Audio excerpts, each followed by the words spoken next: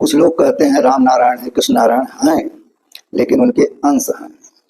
विष्णु भी नारायण है, ब्रह्मा भी नारायण है, शिव भी नारायण स्वरूप है। जिसका जो अंशी होता है उसी का वो स्वरूप देखा जाता है। जैसे आप विष्णु की पूजा करते हैं तो आपके स्वभाव में, आपके चरित्र में, आपके संस्कार में जितना सुंदर विष्णु लगते हैं, जितना उनका पहनावा वस्त्र अच्छा लगता है, जितना अच्छा उनके कार्य हैं, उनके परिवार पत्नी जितनी अच्छी है, उसी प्रकार से साधक को प्राप्त होता है। ये शास्त्र कह रहा है, हम नहीं कह रहे हैं। तो ज्यादातर लोग विष्णु की पूजा करते हैं, उनका उद्देश्य ही यही है कि हम भी विष्णु स्वरूप में रहें, हमें भी भोग विलास माया काया सब प्राप्त होता रहे। लेकिन इन माया काया से दूर रहने के लिए साधक लोग साधना करते हैं और नारायण के सतधाम तक पहुंच करके और अपने जीवन को धन्य करते हैं।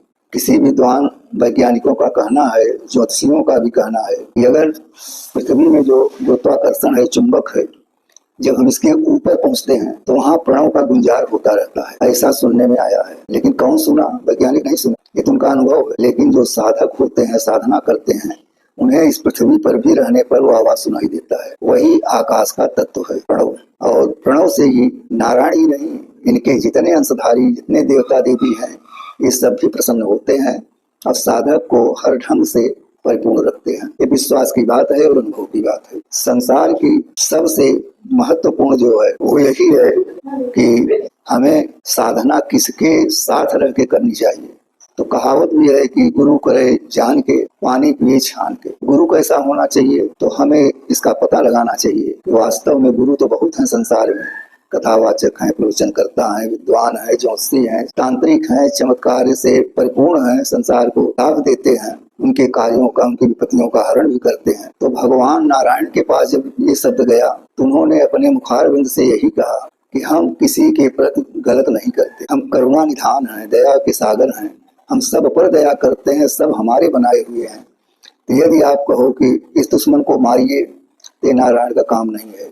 धर्म से जुड़ा हुआ जो कार्य, जो संकल्प आपका होगा, उसे नारायण पूर्ण कर देते हैं। किसी भी बहकावे नहीं आना चाहिए, क्योंकि ईश्वर किसी का गलत नहीं करता है, क्योंकि उसके कर्मानुसार उसे फल देता है।